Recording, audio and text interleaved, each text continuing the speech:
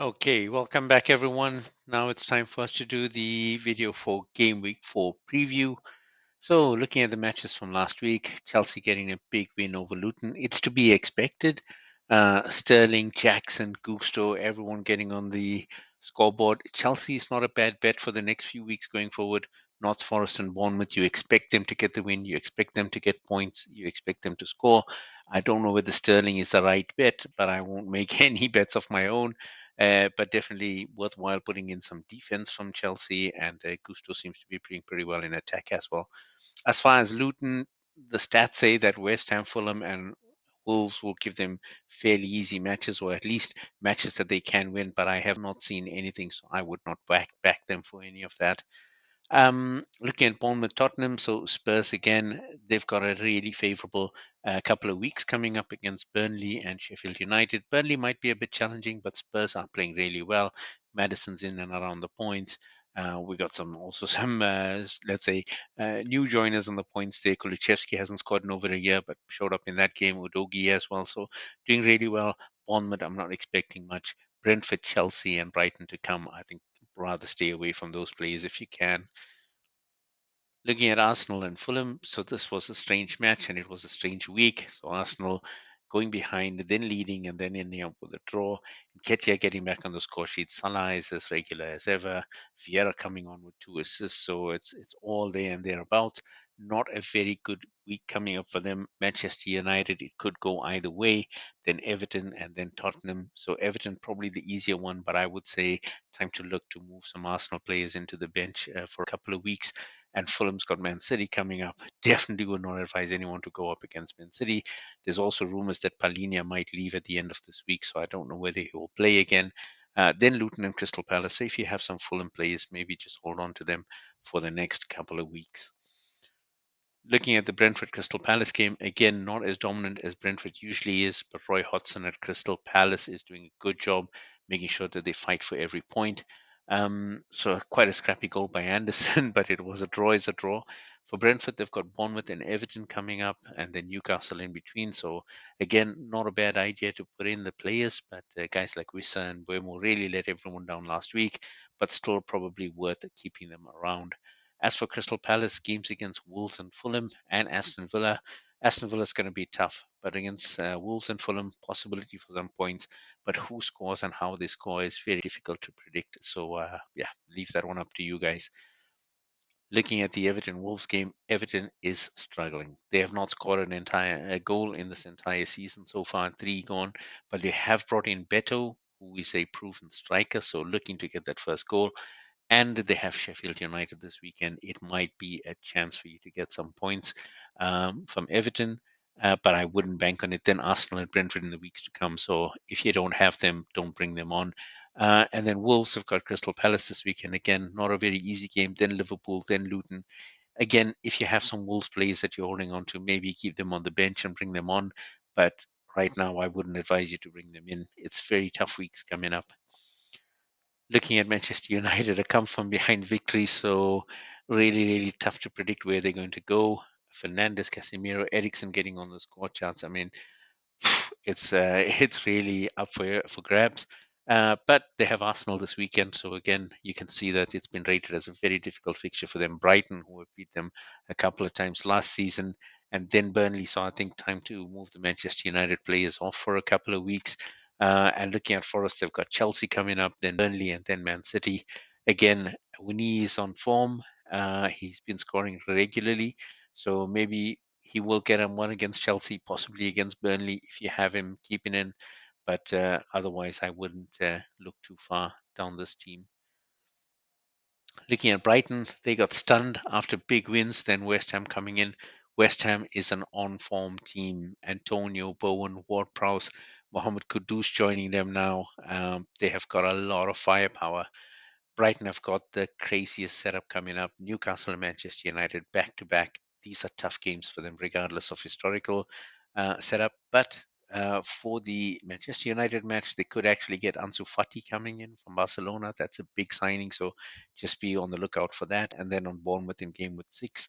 But again, next 2 weeks I would steer clear of Brighton. And then you got West Ham. We've got Luton this week. Really would back West Ham players this week. They are on form and they are kicking it high gear. But then Man City and Liverpool. So if you bring them in, it's going to be a short-term gain only. Then looking at Burnley, Aston Villa. So Burnley, try as they might, they're really struggling to get going in the Premier League. Aston Villa is a tough team and on form. Matty Cash coming in with 2 goals, unexpected but really good goals, and Diaby is proving to be a real monster this season.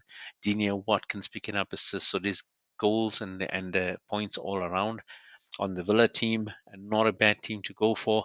Looking at Burnley, they've got tough matches coming up: Spurs, Forest, and then Man United. So the Forest game might be something, but again, nothing that I would get too excited about.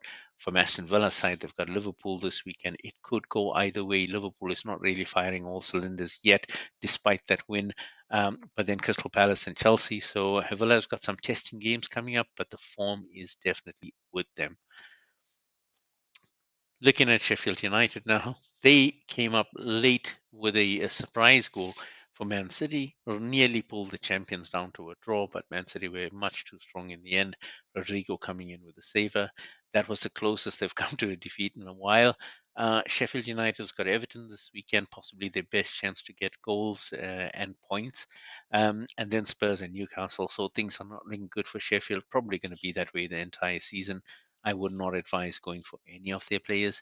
And in City, I mean, there's very little that can stand in their way. Fulham coming up this weekend could go somewhere. It seems to be easy on paper, but Fulham are playing well. Then West Ham, who we said are on form, and then Forest. So Haaland is not firing on full speed. You can see he missed a penalty on the weekend as well, so let down quite a few managers. But Grealish is getting a game. Foden is getting a game. Rodrigo has been scoring in week 1 and week 3. So, yeah, you have quite a few options from Man City. Looking at the big game for the weekend was Newcastle Liverpool. I did predict that it could be a goal fest. I did predict it's a bit unpredictable. And Newcastle held the lead for a long time. Then Darwin Nunes with a late substitution, grabbing 2, coming out of nowhere and in no one's team. Very few chose him because he's been getting limited minutes. But it is possible that with those 2 goals, he could be back in the Liverpool team. He's not a bad costing striker for around 7.5. So might be someone you want to consider since strikers are in such high demand this season. Salah has scored 5 points in the last 3 games, so he's consistently putting points on the board. And unless he leaves the last minute to Saudi, probably someone worth the 12.5 to put him on there for 5 points every game. Other than that, the red card for Virgil didn't hurt anyone in our league, but it means he's out for the next 2. So Liverpool could be defensively compromised at the back.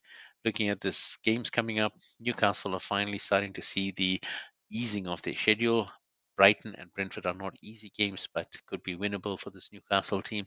And then Sheffield United in game week 6, so time to start bringing in those Newcastle players slowly but surely. And Liverpool's got Aston Villa this weekend. Again, I think it's very dicey. Aston Villa and Unai Emery, very, very tricky opponents. And then Wolves and West Ham coming up. So might be a good chance to bring in Darwin Nunes into the team. So looking at the overall fixture rating for this week, the teams with the best chances of getting some points early on: Chelsea, Luton, Tottenham. We called out Chelsea and Tottenham before. They have no European games to worry about. So from their point of view, it's only the Premier League. Spurs also getting knocked out of the League Cup earlier this week, so they are completely focused on the Premier League. And then you're looking at Brentford, Man City, Liverpool, who've got some games, tough games, but good for a rotation on your squad. So there's still a fairly big choice. But looking at the teams to avoid, it's time to start moving the Brentford players out. They've got some tough game weeks coming up. And sorry, the Brighton players out. They've got some tough game weeks coming up, and it's going to be a bit dicey to keep them on. West Ham as well, as good form as they're in. Man City and Liverpool in game week 5 and 6 means you are taking a gamble. And Everton in the form that they are, Arsenal and Brentford coming up, I would avoid. So that's really your wrap up for game week 4. Based on game week 3, it's anybody's call on who's going to score. But hopefully this video helps you out making your selections. Next video is going to be a bit of a bumper one because it's the end of the Premier League transfer window, so probably lots of ins and outs. But keep you updated. Make sure you turn on notifications, subscribe, and like this video. Thanks a lot. See you next time.